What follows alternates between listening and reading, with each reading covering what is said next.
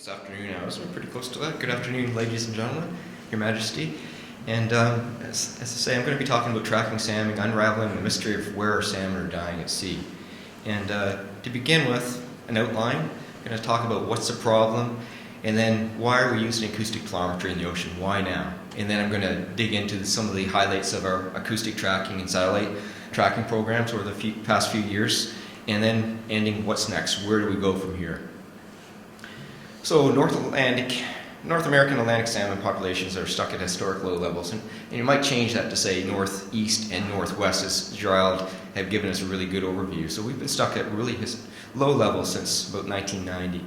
And there's literally dozens and dozens of hypotheses as to why the salmon are dying in freshwater estuaries in the oceans. Anything from pollution, chemicals, forestry, agriculture, aquaculture, climate change, the list goes on and on. But the rivers that we've been studying, we're finding that the juvenile salmon populations are relatively stable, quite healthy. So this suggests that the problem is in the ocean. So what we set out to do is follow the problem, track the problem, what's happening. So why now? Well, technological advances have improved dramatically. And just to give you an example, the tag size and battery life has improved over time. And the infrastructure has also improved dramatically as well. I'm going to talk a little bit about that in the next slide. But due to this, it's increased collaborations, new initiatives, and multi-species benefits. And just to give you an example, we began our tracking in different rivers around 1990. And at that time, the tags that we were using lasted anywhere from a few days to a few weeks. When the customers received their tags, we had to wire them, solder them together, and then put waterproof epoxy over them before we used them. And the tracking device we had at the time was one unit, both for the water and for active tracking. It couldn't get wet, so this unit we had to put in a cooler, take it to the shore side, and put two large Carr batteries in it to operate it, and run a cable out into the river with a rebar. And that's how we track the fish. And every 2 days we'd have to go back in the woods and lug out those two Carr batteries and so on. But by around the late 1990s into the 2000s, technologies improved dramatically at that time in terms of tag size, battery life, and even the tracking units. And you can see the progression over time with respect to acoustic and satellite receivers. And this just gives you an idea of all the tracking programs going on globally now. And Atlantic salmon is a very small part of this. I want to mention the Ocean Tracking Network. This OTN, they started up around 2010, located at Dalhousie University, Halifax, Nova Scotia, Canada. And what they're all about is they started using existing networks, receiver networks, similar to what ASF has, and they also started establishing their own networks of receivers, bringing in new studies, facilitating studies with universities, government, NGOs, industry, and so on. And what this has led to is an increased, in terms of infrastructure provisions. They loan receivers to start up projects, and I think they're doing this on the European side. And one of the big things that benefit us is a data warehousing.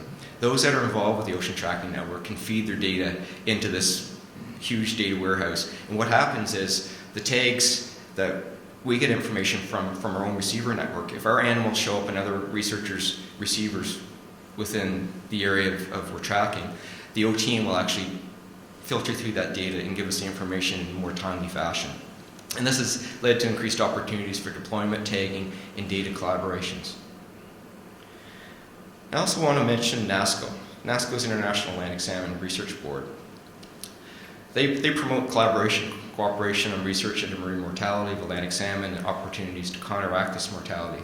And they were instrumental in establishing CELSI, which ran from 2008 to 2010. It was a really large program in terms of marine sampling of Atlantic salmon, both in the northeast, northwest, and in Greenland. And I'm not going to go into any more details on this now. Ken Whalen's going to talk about some of the studies that came out of that project.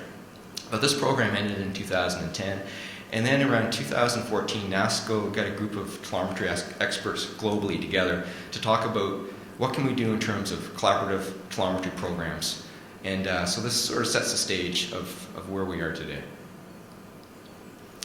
So I'm going to get into what we've been doing over the last number of years. And we use the analogy of a murder mystery. Where are the fish dying at the sea? Why are they dying? What are the culprits out there? So we've been sonically tagging smolts from the south to north Kleiner rivers. I'm going to show you those on the next slide. We've been following the movements and survival out through fresh water, out to the ocean as far as possible. And we're also beginning to track other life stages. We've been focusing primarily on smolts, postsmolts, and kelts, but we're going to be looking at other life stages in the near future, and I'm going to talk about that towards the end of the presentation. And of course, tracking the ocean brings a lot of challenges. Limited transmitter and receiver ranges, very costly, labor intensive, and correlating animal movements and environmental variables is not an easy thing to do. And of course, there's a data compilation and storage. As shown on the last slide, there's over 10 million detections by the Ocean Tracking Network. The ASF has over 10 million detections in our database alone, so the other slide was probably in the tens of millions that OTN has. So we've been using sonic telemetry in these 3 key rivers in the Gulf of St. Lawrence region. You can see in the inset map where this is. I think most of you know the general area. And we've tagged over 3,000 smolt since 2003. And these smolts are tagged with these tags right here. Each of them have their own individual code, so we can track the individual fish. And these tags last a little over 100 days. We've also been tagging kelts as they migrate back to sea late April, early May, and the larger tags there. And those tags last, we've got those tags programmed to last about 4 years. So once we tag the animals, we have to track them. And this is one of the units that we use, and there's other units that we take advantage of as well. So basically, what we do is we strategically position these units, some at the head of tide, so that we have curtains at the head of tides for all these rivers to get a measure of survival through fresh water.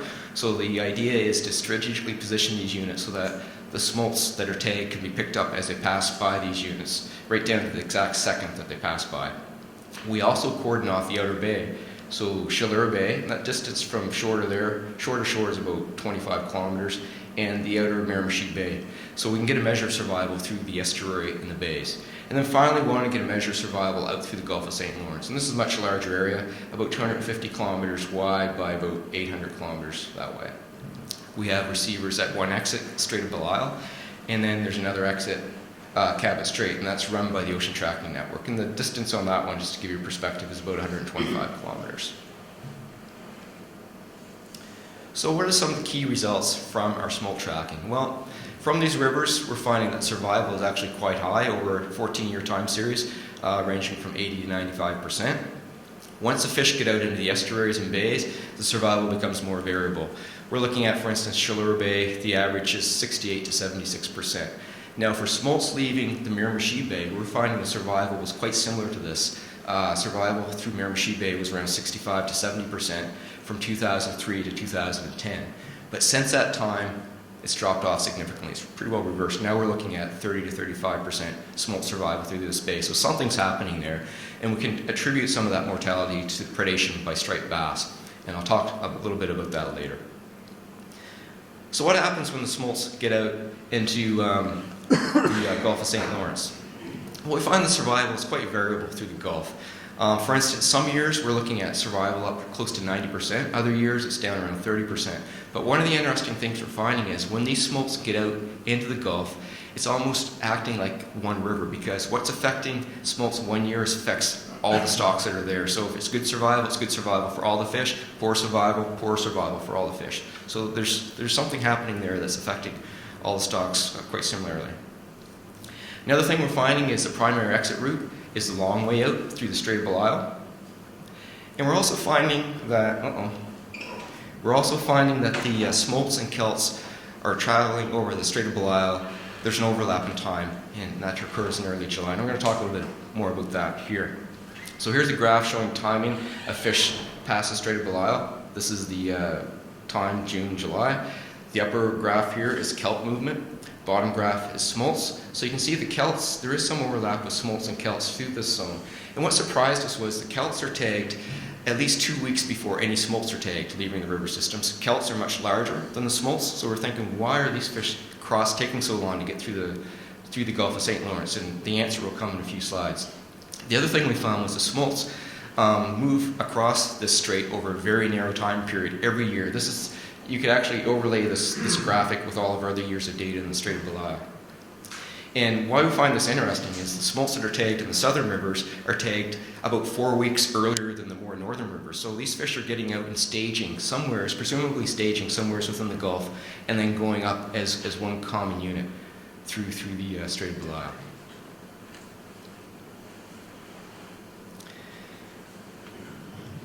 So I'm going to switch gears for a moment and talk about pop-up tags. Now, with the sonic tags, we get regional information, as I showed you in previous slides, survival through freshwater estuaries in the Gulf. Pop-up tags, we can actually get daily positional data. So I'm a geek when it comes to this. It's really exciting information you can find because we can actually find out where these fish are on a daily basis. Where are they dying, and in some cases, what's killing the fish, because these tags record water temperature and water depth profiles. So how they work? Well, we strap a tag onto a Kelt when it leaves the river in late April, early May. We program the tag to pop off about 3 or 4 months later, and records water temperature, water depth, and sunrise and sunset time so that we can get geopositional data. So when this fish goes off, if it happens to die before the prescribed pop-off date, then there's a mechanism that releases the tag from the animal, goes to the surface, and then in real time we can get the information from the satellite receiver right into our computer. And here's an example of some of the information we're getting off these tags. Here's a daily track. You can see the monthly profile of a fish that was tagged in the Miramichi, the yellow mark there. And this tag actually popped off about 200 kilometers north of Nuuk on the west coast of Greenland. And this fish was alive at the time of pop-off. And the wider circles represent deeper dives, so this fish actually had dives greater than 600 meters. So what about predation? How can we determine predation events? So here's another example of a fish that was tagged around April 24th. And on the Y2 axis, you've got your water temperature, which you would expect 5 to 10 degrees Celsius in the Gulf of St. Lawrence until around this period in June. And then the temperature spiked between 20 and 25 degrees for about a week period. Go up here to your water depth, Y1 axis. The salmon remained in the upper 10 meters of the water column until around the same date. It started making large dives, deep dives, and this is actually the bottom of the ocean there, we know based on the track profile. And then to the surface, started transmitting. So any guesses as to what ate this fish? Nobody that's seen this presentation before, but any other guesses? Poor beagle shark, yeah. So based on the information we know from a poor beagle shark, the behavior, depth, and temperature profiles this animal exhibits, we're highly confident that this animal was eaten by, the Kelt was eaten by this poor beagle shark, and 7 days later it was probably spit out and came to the surface. Now I'm going to show you a graphic and explain some of the information we're getting from these tags. I'm showing 2 fish that were tagged in the Restigouche system. One red and a yellow one's going to come up soon. When these fish leave the rivers in late April, early May, they'll actually spend about 30 or 40 days presumably feeding in and around Anticosti Island. And by mid-June, these fish either continue migrating out towards Labrador Sea or they turn around and go back to the river and spawn as a consecutive spawner. So after this 30 or 40 days, off they go quite rapidly to the Strait of Belle. And this sort of answers the question as to why smolts and kelts are at the Strait of Belle at the same time. This yellow fish, tagged fish, died right there. That was eaten by a poor beagle shark. The other thing we're finding is that these fish are making dives 10 to 30 meters daily, presumably feeding. So they're staying in the upper water column and not making so many dives at night. When these fish enter Labrador Sea from our track profiles, about half of them remain along the Labrador Shelf. The other half are going off into this deep abyss, which is about 3,000 meters deep. And some of these fish are making dives over 900 meters in this particular zone. And this particular animal died in this position at this site here, and we're still trying to figure out if it was predation or something else. So that's just an example of some of the information we're getting from these pop-up tags. We're starting to identify critical habitat, where fish are dying, behavioral patterns, and so on. So what have we learned? This is a combination of the pop-up tags and the Kelt and the satellite tags. Survival rates are quite high through the estuary and bay. Once they get out in the Gulf of St. Lawrence, we're finding mortality is quite high. A lot of this is due to predation. We already said that. And another interesting thing we're finding with the Kelts is when these animals that go out and spend at least one additional year in the ocean before they return, they all go out to the Strait of Belle, but upon return, the majority of these animals are coming around the east side of Newfoundland and coming in through the Cabot Strait. And I mentioned this already. So now we're going to switch gears and talk about predator-prey interactions really briefly. As I mentioned early on, striped bass is one of our suspects in the Miramichi system. And what I'm showing you here is a graph showing the time series of survival through two branches of the Miramichi system, southwest Miramichi, northwest Miramichi. The red represents a survival through freshwater. Your bars are your average, and then you get your error bars on either side. Green is survival through the Outer Bay, and then blue is through the Gulf of St. Lawrence. Just want to focus on the green, Outer Bay. And you can see between 2003 2010 for the southwest, the survival is up and down slightly, but you're looking at about a 65% on average there. Since 2011, there's been a downward survival pattern in the southwest. For the northwest, it was very consistent from 2003 to 2010, hovering around 70%. Unfortunately, we weren't tagging fish over the next 4 years, but when we started tagging fish again, survival was less than 30%.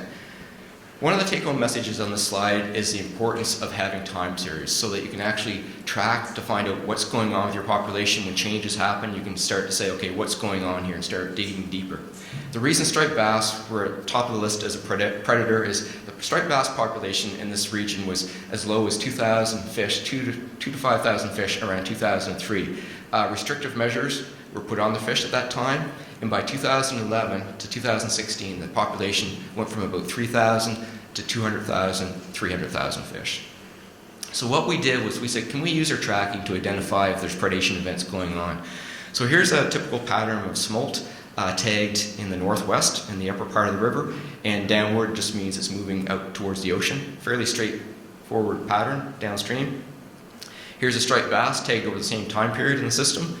Much different movement patterns. The flat line is when the fish is spawning, mid-May, early June. And this is one of the tags that we put in a smolt, which we're quite confident is now in a striped bass. So this is just some of the data that we're starting to tease out, and we're using models to put in all kinds of different codes to come up with the predation estimates. So I'm just going to summarize the take-home messages with respect to the Kelt and smolt tagging. For our system, survival rates are generally high through freshwater. These are the systems we're working in. That's not to say there's other rivers where you have acid rain problems, hydro dams, and so on. We're also finding survival rates in the estuary and the ocean are generally lower, more variable. And we're narrowed and defined spatial and temporal windows with respect to the migration patterns. And this is actually important information for modeling and also for localized marine spatial planning. And we're starting to unravel and identify the complex and dynamic migration routes of these fish, relatively narrow in time and space, which I'd shown you through the Strait of Belle and some of these patterns that the Kelts are moving. And another interesting thing which I did not mention before, was the ocean currents aren't directing salmon movements. The Postsmolts are actually moving against the current, and the Kelts are moving against the currents in our waters, which is slightly different from what you're finding here in Europe. Quite different. So where are we going with our tracking program? What's next? Well, we want to continue to explore marine mortality and focus on the domestic sites. So you can see the yellow circles. These are our index rivers that we've been following for about 14 years. We've been focusing most of our efforts within the first 1,000 kilometers out to the ocean. What we want to do is start tagging more fish and following these fish out into Labrador Sea and up towards Greenland. So we're actually picking up the river in Labrador this year. There's also several other collaborators that are coming online this year and next year, starting tagging programs in our region as well. So what about Europe? Well, in Europe, here's a few new projects that are underway, and I'm just showing actually for UK, Scotland, and Ireland. These are new projects underway looking at survival through the freshwater zone in the early part of the estuary, and Ken could actually answer some of the questions with respect to what's going on here. But the important take-home message here is the Atlantic Salmon Trust has recently hired Dr. Matt Newton, who's going to be coordinating tracking efforts here in Europe, and in a way playing catch-up with respect to some of the projects we've been doing in North America already. And it won't take long to catch up. And there's going to be sister projects underway that are going to complement each other on each side of the Atlantic. The other thing we want to do is initiate a tracking program of maiden fish when they're on the western coast of Greenland before they start coming back to home rivers. And this is one area where we can start collaborations right away with Europeans, because The stock complex in Western Greenland for European fish is about 25%. It's variable from year to year. So when we start taking animals off of Greenland in 2018, there's a real opportunity to be taking European and North American fish and following these animals back to their home rivers. What's the other thing we want to do? We want to pool, leverage, obtain, and coordinate resources to increase spatial coverage, reduce costs, foster technological developments, and improve use of existing technologies. Basically what I'm saying there is we want to continue to improve tagging technology. We still want to find tags that are smaller. It would be excellent if we could get a tag, a pop-up tag to go on a Postsmolt. We aren't there yet, but if we could do that, it's really going to change the game. But we are working with companies talking about R&D with respect to tags. The other thing is receiver coverage. Most of our units have been primarily fixed positions in different areas so far, but we need to expand that into using other techniques, especially when we get into Labrador Sea. And refer to this as alternate platforms. And Glenn gave a really great overview of some of these, but I'm just going to touch base and get into the weeds a little bit with this before I conclude. One is seals. So seals have been tagged. They're called Bioprobes. They actually have a tag and a receiver, a smaller receiver on them. An example of this is a lot of these seals have been, for this particular program, have been tagged on Sable Island, which is about 200 kilometers south of Halifax, Nova Scotia. And this is the track of some of these seals over a 5-year period. And to break it down a little bit further, you can see that there's roughly 20 seals tagged each year. And again, this is just south of Halifax. So we expect a lot of these animals to be off the Scotian shelf. But about a half a dozen of them actually went into the Gulf of St. Lawrence. So what happened with these seals when they went into the Gulf? Well, they actually came in contact with 5 of our smolt in Kelt in 2011. This is one seal that went into the Gulf. 2012, 2 different seals showed up in the Gulf of St. Lawrence, and they detected 3 of our fish. 2013, 1 seal went in, 3 of our fish were detected. These are the different dates. So the take-home message here is that you can utilize not only seals but other larger animals as a tracking resource for expanding your tracking arrays within the ocean. The other thing is gliders and drifters.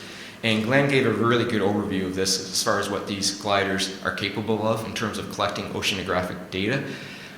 What we've done with, our partners, primarily Ocean Tracking Network in Dalhousie University, they've actually attached receivers to these devices and programmed these units to make specific tracks. And here's an example of one track.